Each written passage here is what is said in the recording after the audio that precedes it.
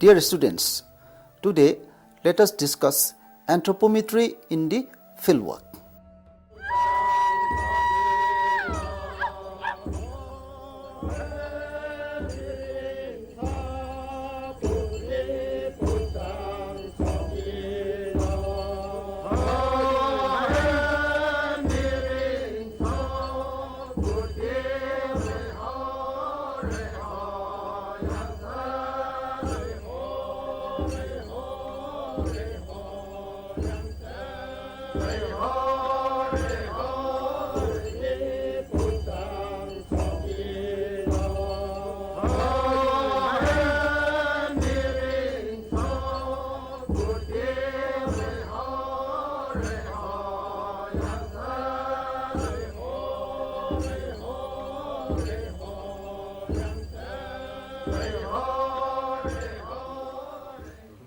Anthropology, the study of man, is a primarily field science.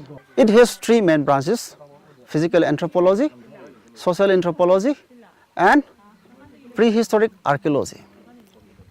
The primary objective of the physical anthropology is the human origin, evolution, and variation. In anthropology, the theoretical knowledge gained from the classroom is not enough for the anthropology. Therefore, to test the theoretical knowledge gained from the classroom, we anthropologists go to the field and collect the data, because we anthropologists depend primarily on the first-hand information, not on the secondary data. Moreover, in physical anthropology, the primary objective is origin, evolution, and variation. To understand how there is variation in man, certain techniques are used. Some are measured, some are chemically tested, some are observed. Today, we are coming to New Canton village in Ukhrul district. It is situated near Anthro P10a M03. Here, the students of Department of Anthropology, DM College of Science, is conducting fieldwork as a part and parcel of the syllabus. Here they are going to conduct fieldwork and they are going to submit a report carrying 100 marks. Anthropometry is not simply the systematized technique for measurement of men, but also a powerful method for description and analysis of the body. Although it has been extensively used for understanding human evolutionary change, human variation, classification of human beings into racial or ethnic groups, nowadays it has become indispensable in the study of growth and nutrition and numerous other sciences, namely sports sciences, medical sciences, aerospace engineering, etc. Anthropologists rely on raw data, which can be availed only through fieldwork. Consequently, to become a perfect anthropologist, fieldwork is mandatory. Because of this reason, fieldwork is prescribed to students of anthropology who are enrolled in the BSc course under Manipur University, Manipur, India. In partial fulfillment of the prescribed syllabus, students of the 6th semester are required to conduct fieldwork at a selected site for not less than 1 week. A report based on the conducted study is to be submitted for assessment by an external examiner. It includes 7 anthropometric measurements and 2 indices of at least 30 males and 30 females. Accordingly, the PG Department of Anthropology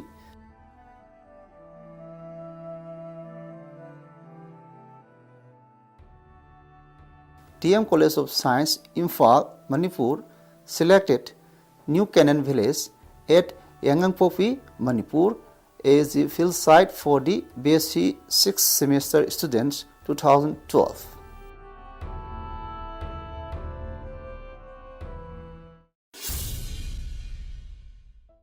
Sampling is an essential part in anthropological field study.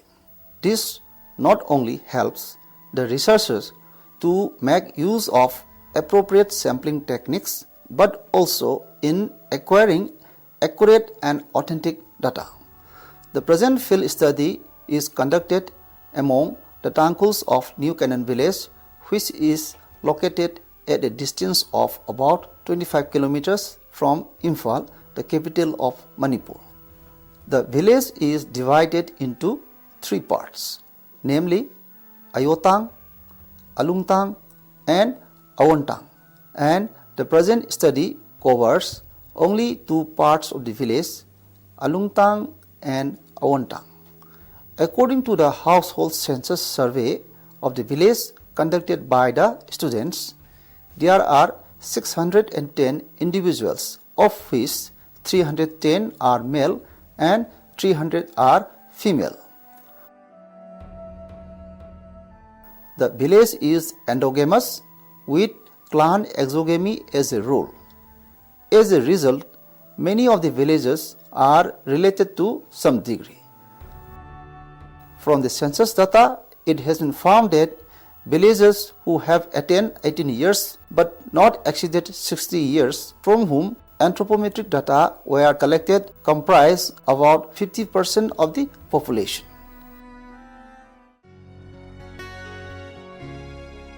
Anthropometry deals with the techniques for measuring different parts of the human body. Special attention should be given to the correct position of the subject, proper handling of the instrument, and identification and marking of the landmarks prior to the measurement. An anthropometric survey schedule should be prepared for recording both the data on measurements and some basic information about the subject, namely age, sex, marital status, location, ethnicity, etc. Use of a recorder will not only ensure correct entry of data but also save time. Absolute precision is the goal, but it is not always attainable. Certain factors like parallax error, instrumental error or observational error and personal error often creep in. Earnest attempt should be made to eliminate these factors to get the correct value of the measurement. Measurements of the body should be taken with minimum clothing for easy location of the landmarks. In all the measurements, there should be enough light on both the instrument and subject.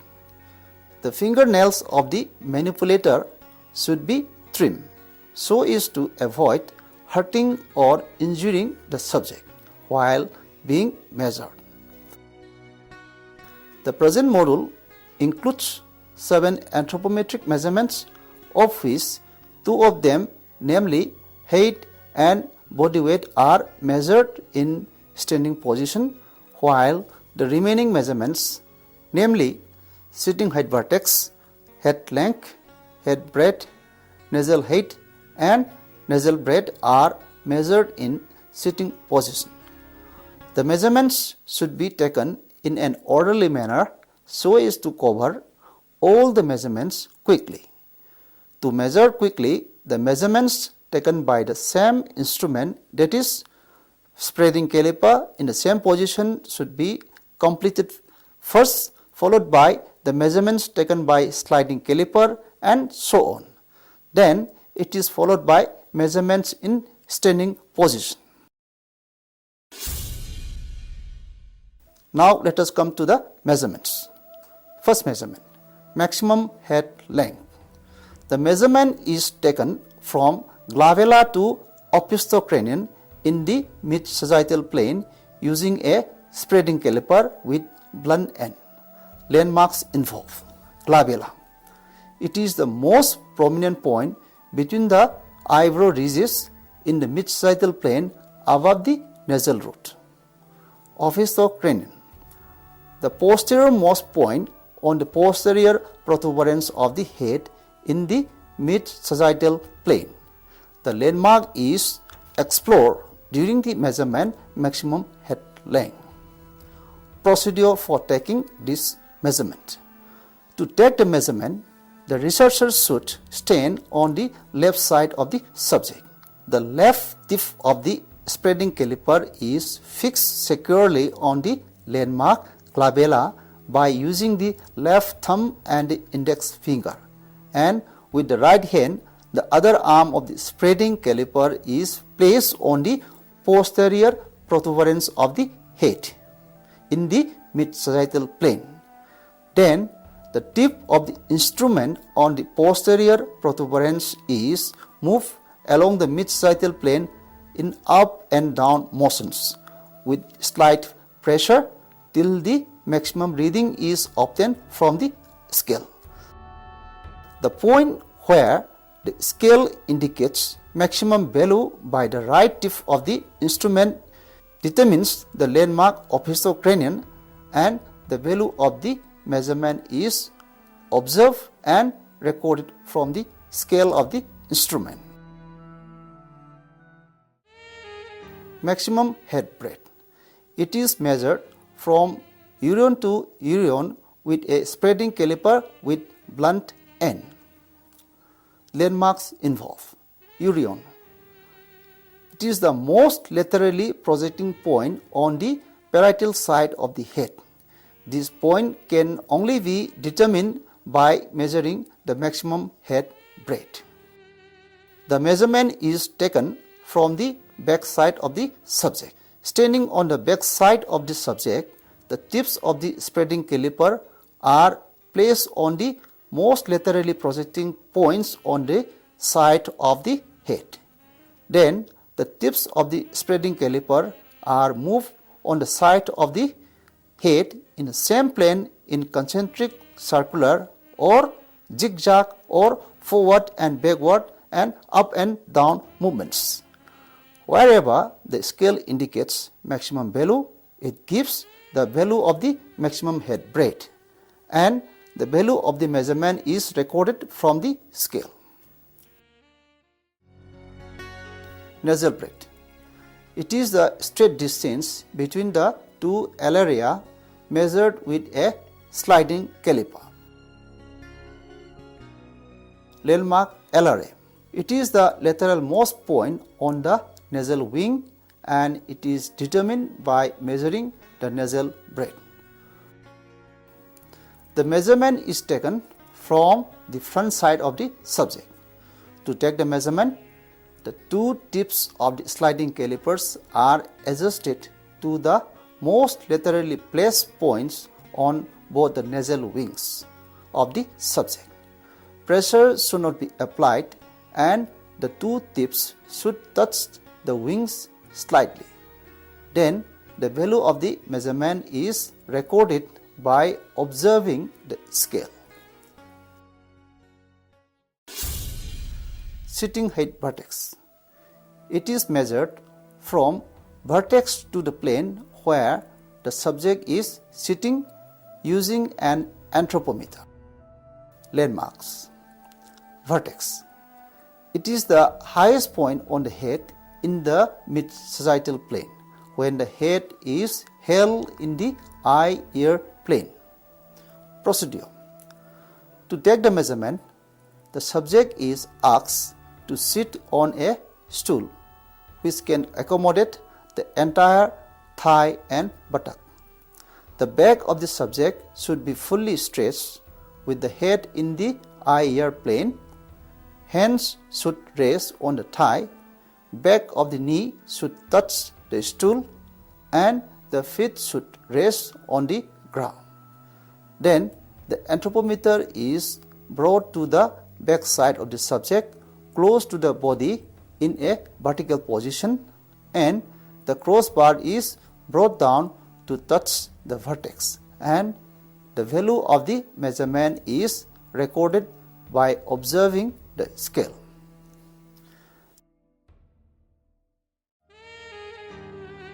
Height or height vertex. It is measured from vertex to the plane where the subject is standing using an anthropometer. Landmark vertex. It is the highest point on the head in the mid-striatal plane when the head is held in the eye-ear plane. Procedure.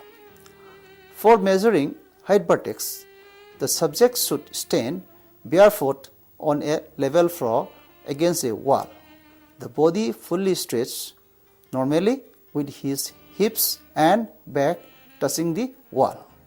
Head is held high with the eyes looking straight at the horizon. Shoulders should not be raised, arms on the side with the palms touching the thigh. The heels must touch each other with the feet apart and the knees as close to each other. The measurement is taken by placing the instrument in front of the subject. In a field situation where a flat surface or the vertical wall is not available, the subject is asked to stand on a flat wooden plank or a flat surface. Keeping the subject in erect posture, the measurement is taken from the back side by placing the anthropometer close to the back and heel of the subject. Then the crossbar is brought down to touch the vertex and the value of the measurement is recorded by observing the scale. Body weight. The measurement takes the weight of the total bulk of the body with a spring type weighing machine. Procedure. To take this measurement, the subject should be asked to use minimum clothing without footwear, ornaments, etc. Then the portable weighing machine is placed in a fixed position on the ground and the subject is asked to step on it and stand still in normal position. Then the value of the measurement is recorded from the viewing window of the instrument. When collection of data from the field is completed, the data are sorted into two groups, male and female. Master charts are prepared for each group and all the data are entered in the master chart. Through telemarking, data of each subject are entered into certain groups and classes and presented in tabular forms with frequencies and percentages following conventional or classical classifications.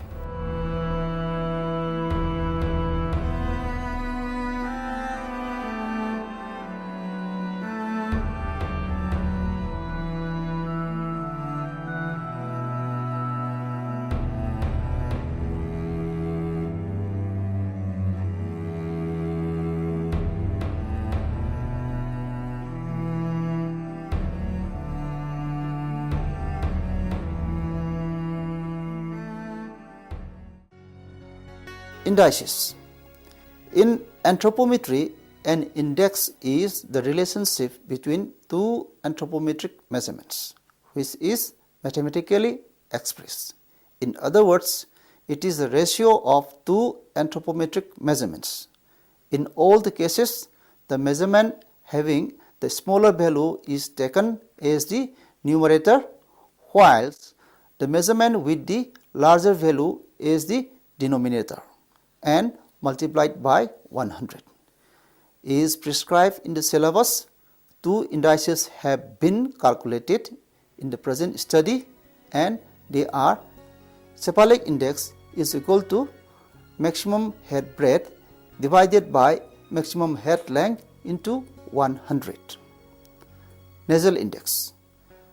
Nasal index is equal to nasal breadth divided by nasal height into 100.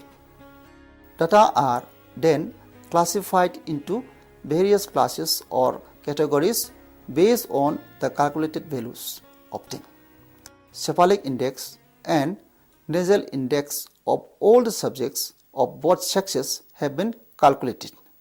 The categorized frequency and percentages following classical classifications are presented in tabular forms along with interpretations.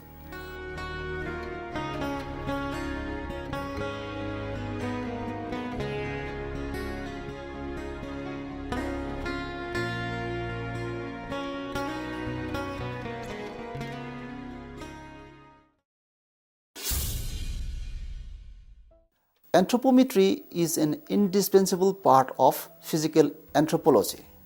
A researcher requires thorough understanding of the theoretical background of anthropometry and repeated practice to master the techniques under the guidance of a professional physical anthropologist. The descriptive anthropometric characteristics and techniques for their determination and evaluation should be standardized, that is, agreeing with the international criteria. It is also highly essential to have the ability to develop techniques of anthropometric data collection in a field situation.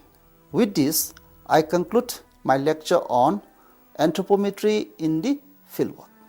Thank you.